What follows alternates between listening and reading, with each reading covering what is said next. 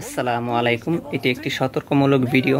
এই ভিডিওটা দেখুন আর নিজে সতর্ক করে রাখুন। ধন্যবাদ।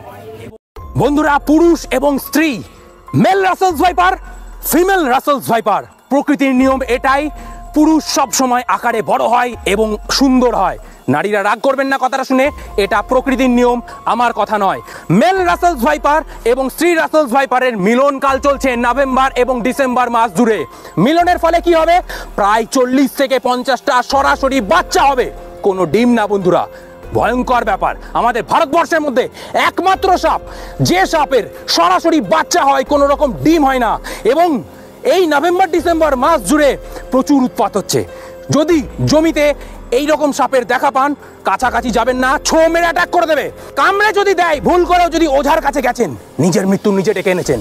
কোনো রকম বাঁধন না দিয়ে তাড়াতাড়ি সরকারি হাসপাতালে পৌঁছান, নিজের জীবন বাঁচান। ভিডিওটা ভালো লাগলে লাইক কমেন্ট শেয়ার করবেন এবং চ্যানেলটাকে সাবস্ক্রাইব করে পাশে থাকুন বন্ধুরা, কারণ এরকম প্রচুর ইনফরমেটিভ ভিডিও আসতে চলেছে আরো। যদিও আমি এই ভিডিওটা একটা ইন্ডিয়ান চ্যানেল থেকে নিলাম, কিন্তু এই সাপটি, এই রাসেল ভাইপার যে সাপটি বাংলাদেশে অনেক অঞ্চলে অতিরিক্ত পরিমাণে বেড়ে গেছে। আর আপনাদের যে অঞ্চলে সাপটা আছে, আপনারা সতর্ক অবলম্বন করবেন এবং সাবধানে থাকবেন। ধন্যবাদ।